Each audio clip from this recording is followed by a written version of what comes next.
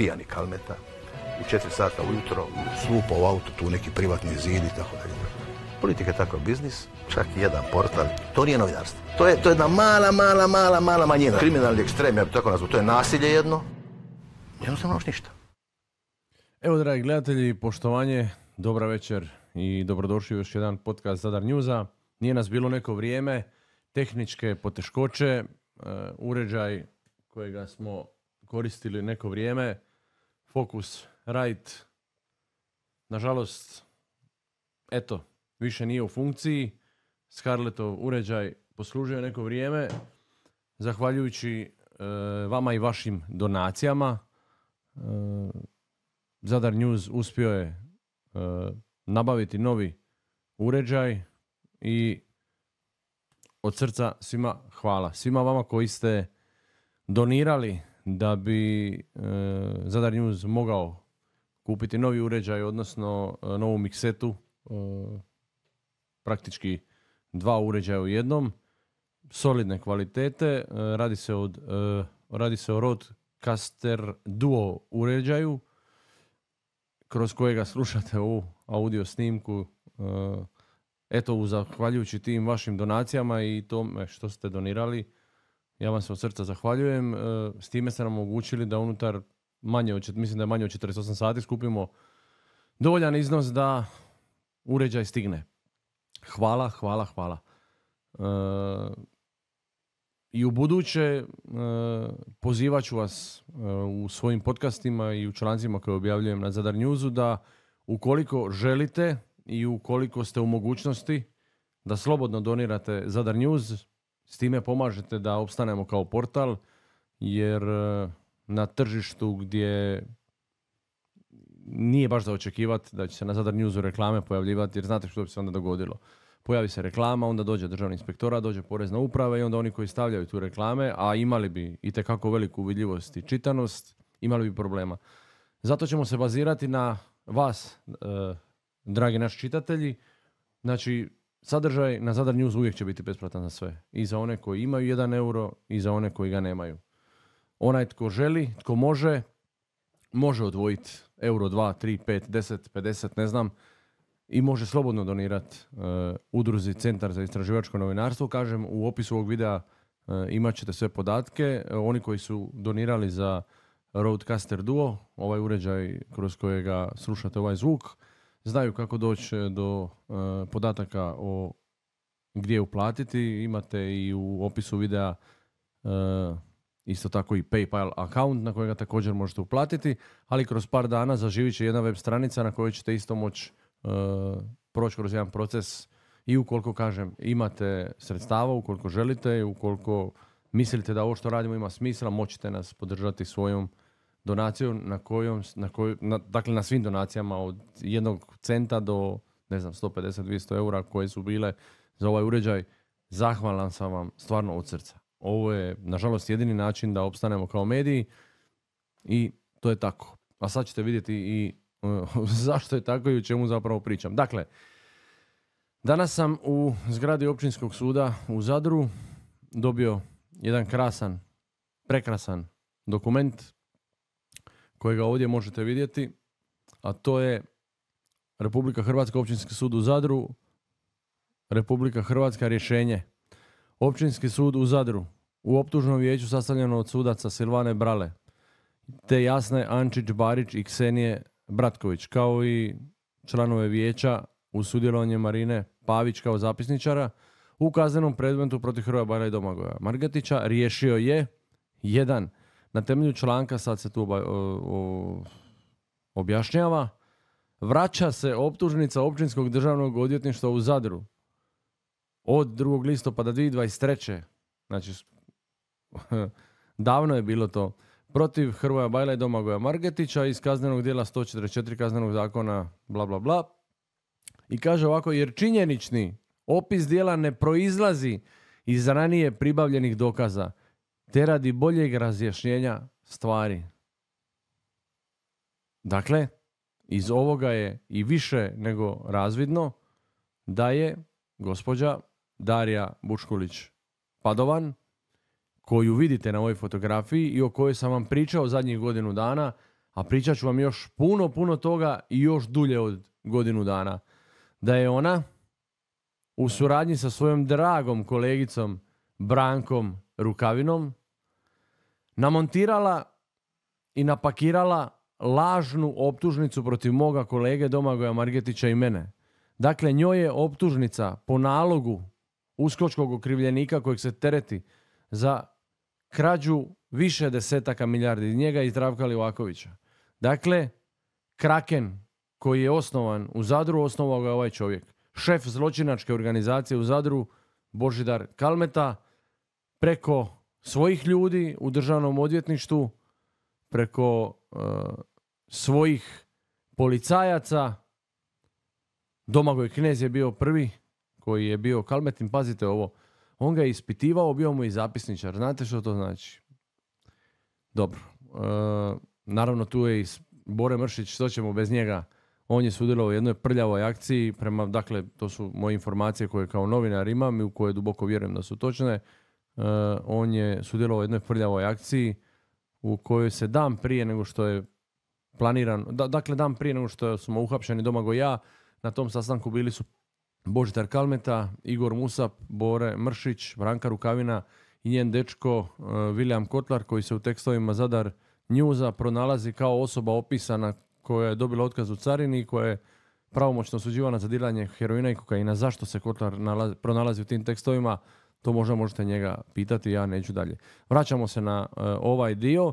Dakle, u svezi članka, Domagoj Margetić Hrvobajlu stavlja se to na teret i kaže da se iz ranije pribavljene dokaze te radi boljeg razrješenja stvari vraća optužnica na doradu. I kaže u obrazloženju, Općinsko državno odvjetništvo u Zadru podiglo je uvodno označenu optužnicu protiv Hrvobajla i Domagoja Margetića. Optužnica je dostavljena na odgovor i mi nismo odgovorili na optužnicu. Prilikom ispitivanja optužnice, ovo optužno vijeće je utvrdilo da je podnesenu optužnicu potrebno vratiti tužitelju, znači Općinskom državnom odvjetništvu u Zadru, jer je činjenični opis iz djela ne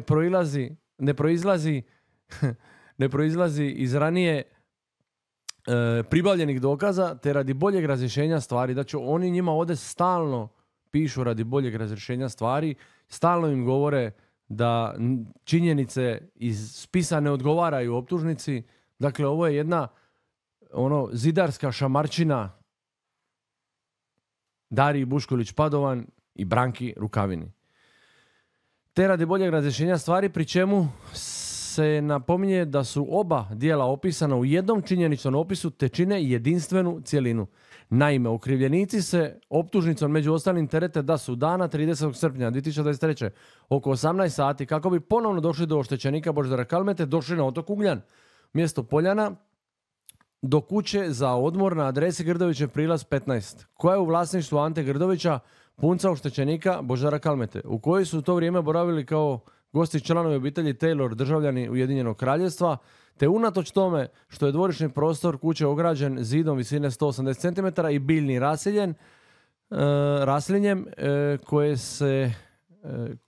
koji sa razine ulice onemogućuje uvid u prostor unutrašnjosti dvorišta, koristeći opremu za snimanje u namjeru da snime unutrašnjost objekta i osobe koje se tamo nalaze bez znanja i suglasnosti istih, sa neutvrđene pozicije na vrhu zida i uz korištenje drona.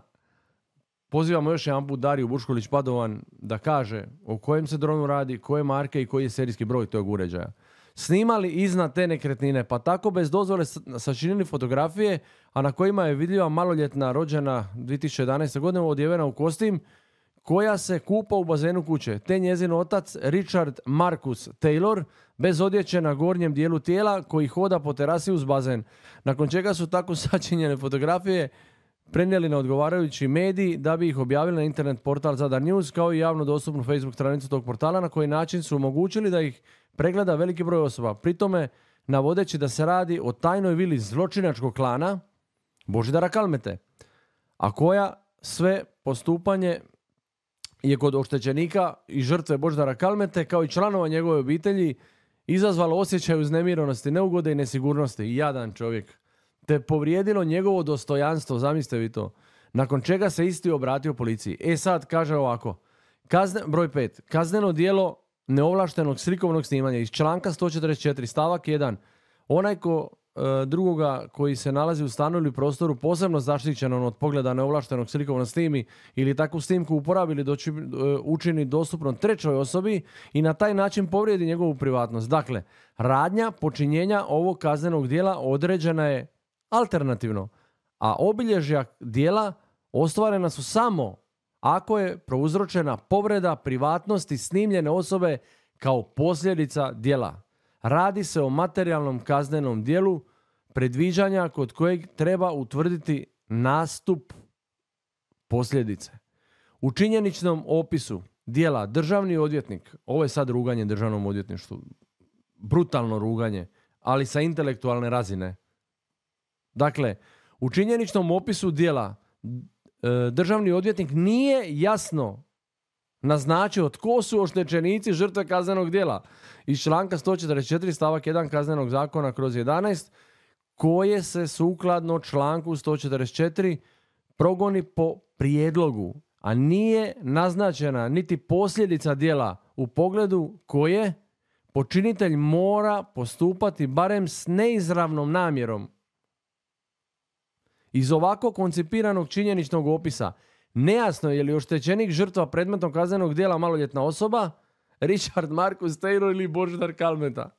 Nadalje, ostalo je nerazjašnjeno na koji način je državni odvjetnik utvrdio da su na fotografijama vidljivi upravo maloljetna osoba i njen otac Richard Marcus Taylor, budući da navedeno ne proizlazi iz dokaza na kojima se temelji optužnica.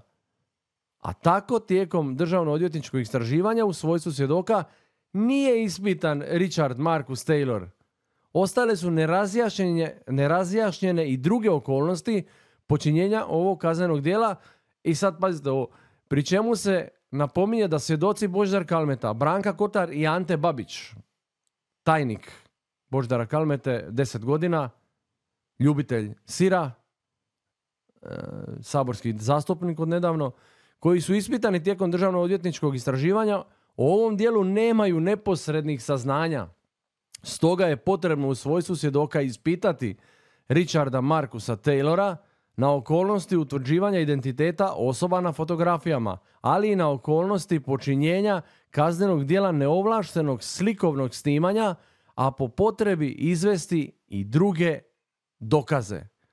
Zbog čega je vijeće sukladno članku 356 stavak 1 ZKP/08 optužnicu, obzirom da činjenični opis dijela ne proizlazi iz ranije pribavljenih dokaza, te radi boljeg razjašnjenja stvari vratilo tužitelju.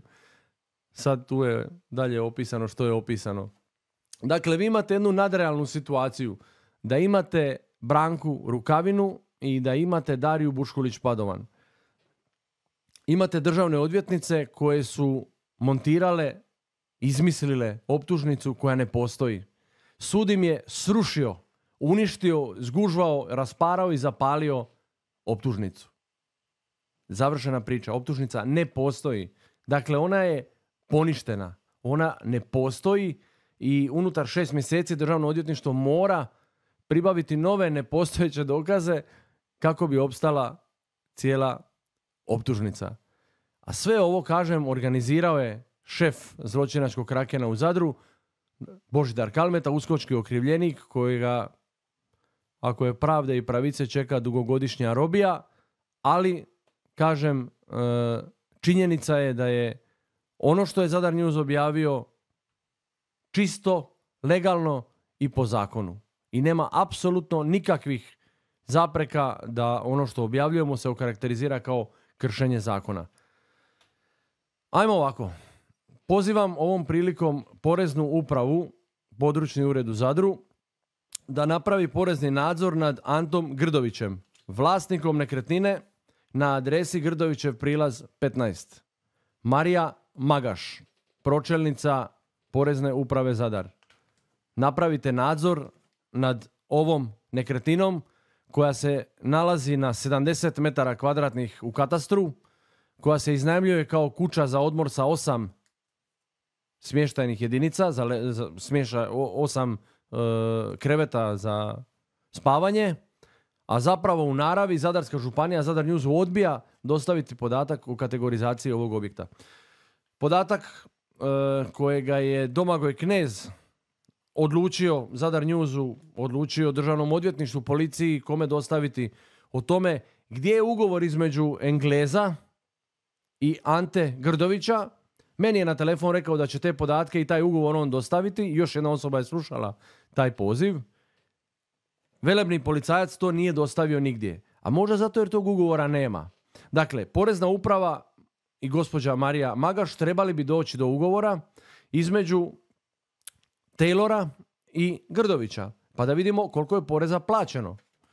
Dakle, ugovor o najmu mora biti dio nove optužnice. Ja ovom prilikom pozivam Branko Rukavinu, pozivam Dariju Padovan Buškulić da obavezno prilikom podizanja nove optužnice ne zaborave broj 1, serijski broj drona, uređaj koji je bio dron, koja marka i ugovor o najmu između Engleza i Ante Grdovića. Dakle, vremešni Grdović također bi mogao i morao policiji, Poreznoj upravi objasniti jesu li mu vodoinstalacija i lignum radili tajni Kalmetin turistički objekti, nadograđivali ga sa iz one male potlušce ovaj velebni objekt koji je sada izrastao ili nije. Jesu li oni to radili ili nisu? Ante Grdović mora Poreznoj upravi dostaviti dokumentaciju i račune i kao dokaz svoje imovine kako je taj objekt napravljen. Ja sam uvjeren da gospodin Grdović ima spremljene te račune i da može dokazati da je digao kredit možda, da mu je netko posudio novce. Pa valjda postoje dokazi o tome kako je ovaj velebni objekt koji izgleda vrlo impozantno napravljen. Hoće li gospodin Grdović završiti u policiji, možda u USKOK-u, možda u Poreznoj upravi, na češljanju i na ispitivanju? Ja ne znam, ali pozivam institucije koje sam sada spomenuo da pozovu Antu Grdovića da objasni kada je, kako i na koji način napravio ovaj turistički kompleks koji se u katastru vodi kao mala kućica od 70 metara kvadratnih. Ono zbog čega je Zadar News i Domagoj Margetić i ja zapravo zbog čega smo došli u probleme je notorni Božidar Kalmeta koji je svim silama se trudio nas zaustaviti u našem novinarskom radu. Danas ste imali prilike po portalima vidjeti kako je objavljena vijest da je zbog nedostatka dokaza vraćena optužnica na doradu i to je istina, ali isto tako nije zgorega bez ikakvog straha pokazati ovu fotografiju. Vi vidite sad pogledajte vi ljudi moji koja Branka Rukavina mora biti ološ. Koja mora biti ološ Branka Rukavina da, ako je to napravila, ovo karakterizira da je maloljetna osoba rođena 2011. godine. Ovo ovdje. Na fotografiji koja je zamučenog lica. A moj mobitel koji se ne nalazi na popisu dokaza propale, poništene, uništene, srušene optužnice još mi nije vraćen. Dakle, optužnica ne postoji. Moj mobitel nije više ni na popisu one srušene optužnice, nove nema, mobitel i dan danas nije vraćen. Razgovarao sam s ljudima u državnom odvjetništvu, opet su mi rekli da pošaljem mailom zahtjev, već 11 sam im mailova poslao da mi vrate taj mobitel, nisu ga vratili, ne znam što rade s njim i što pokušavaju napraviti, međutim, činjenica je sljedeća. Ovo je palo, ovo ne postoji, ovo nisu kaznena djela. Ovo na fotografiji koju vidite nije ono što su Kalmetini prgavi ljudi opisali da jeste. Jer tko ovdje može prepoznati dijete od rođeno 2011. godine i njen opis detalja napraviti, a jasno je da je zamučeno lice, toga može sram i stid biti. I preporučio bi tima i takvima da se vrate na bičevanje. Znači, odgojne mjere su potrebne. Treba se vratiti na bičevanje u Šeksovu vilu u Petrčane. još ožiljaka, još opeklina 2. ili 3. stupnja, još kanastena, još gljivičnih infekcija, jer netko očito, a ja ne znam tko, nije dobro odradio svoj posao, pa je optužnica pala. Hoće li Darija Buškulić Padova nikome objasniti što je radila u vili Vladimira Šeksa? Je li tamo bila u svojstvu osobe koja je bila na nekakvom treningu ili je bila u svojstvu osobe koja je tamo uživala? Je li tamo bila na koljenima, je li stajala, je li sjedila? Ja ne znam. Ali osobe jako bliske Dariji Buškulić Padovan meni su opisivale da su određene dame iz zadarskog pravosuđa odlazile tamo pa bi kasnije napredovale. I onda vam se može tako slučajno dogoditi da vam tako jedna dama, ne kažem da se ovdje radi baš o njoj, ali vam se može dogoditi da vas dopadne jedna takva dama pa da vam spakira jednu nepostojeću, bolesnu, izmišljenu optužnicu jer je samoprozvani Gordi Hrast, kriminalac, lopov, jedan od najvećih lopova u povijesti grada, odlučio dvojicu novinara progoniti samo zbog toga što su otkrili njegov tajni turistički kompleks prema kojemu on, ako je vjerovat po ovim podacima, radi utaju poreza. Jer ako 8 ljudi spava kao što se i oglašava, a može samo 4, onda netko duplo više zarađuje. Pa evo, gospođo Marija Magaš, još jednom apeliram na vas. Budite revni, budite savjesni. Vremešnog Antu Grdovića pozovite da vam objasni odakle mu ovaj objekt. Pitajte Zadarsku županiju o kakvoj kategorizaciji objekta se radi i dajte nešto konkretno napravite po tom pitanju, jer ljudi žele znati tko je napravio ovaj objekt, koga je platio, s kojim novcima, je li možda našim novcima ovaj objekt plaćen ili nije.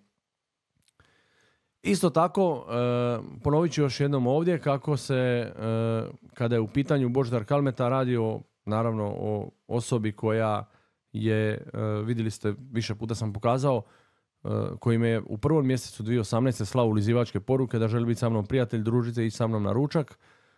U 4. mjesecu iste te 2018. godine razgovarao sam, imao sam u biti određenih problema sa ljudima iz njegovog šireg klana koji su bili navezani na jednog polukriminalca sa Plovanije koji je sada u lošem stanju, pa mu neću spominjati ime i prezime. Tu je i Vanja Mirčeta Kovačević koja je podnijela 2 lažne kaznene prijave protiv mene i koje sad slijedi privatna tužba za naknadu štete jer joj je državno odvjetništvo to odbacilo. Ja sam imao i zdravstvenih problema radi svega toga. Dakle, u 4. mjesecu ja sam imao opet 2018. radi Kalmetinog klana i njegovog petljanja u moj privatni život problema s nekim ljudima iz tog njegovog smečarskog okruženja, mogu to slobodno tako reći. Ovih dana sam bio u Zagrebu, u kvartu Sveta Klara. Tamo sam obavio neke bitne razgovore s nekim, mogu reći, bitnim ljudima iz tog dijela Zagreba. Objasnio sam o čemu se radi. Vrlo sam detaljno također brifiran o jednoj Kalmetinoj vezi iz 2018. 17. i 16. koja je meni radila određene probleme, a bila je i sad je povezana s njegovim klanom, navezana je na tu Mirčetu nesretnu koja se u Turnju s tom istom osobom ove godine sastajala.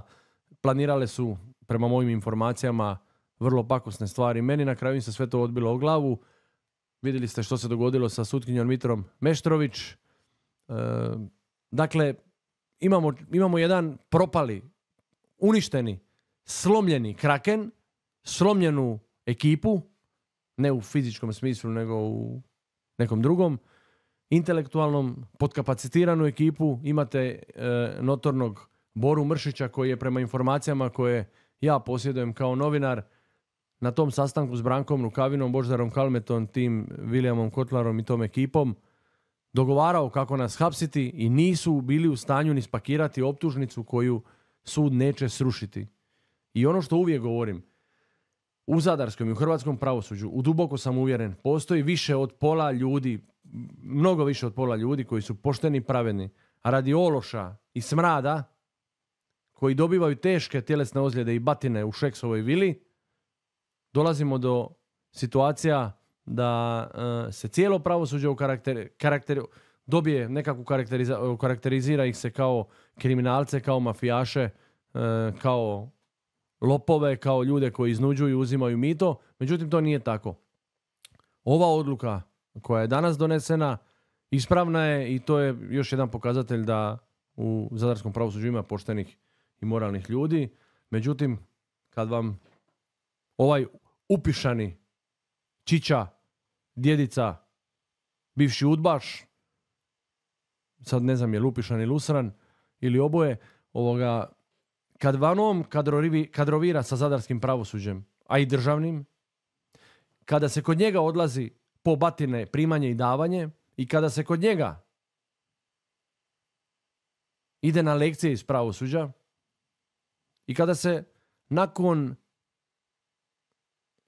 tih seansi kod njega u tom regrutacijskom centru zadarskog pravosuđa, dijela zadarskog pravosuđa, napreduje zbog toga što si bio tamo, što te neko popišao ili prebio, onda sve završi kao što je završilo i danas sa rušenjem prijave koja ne postoji.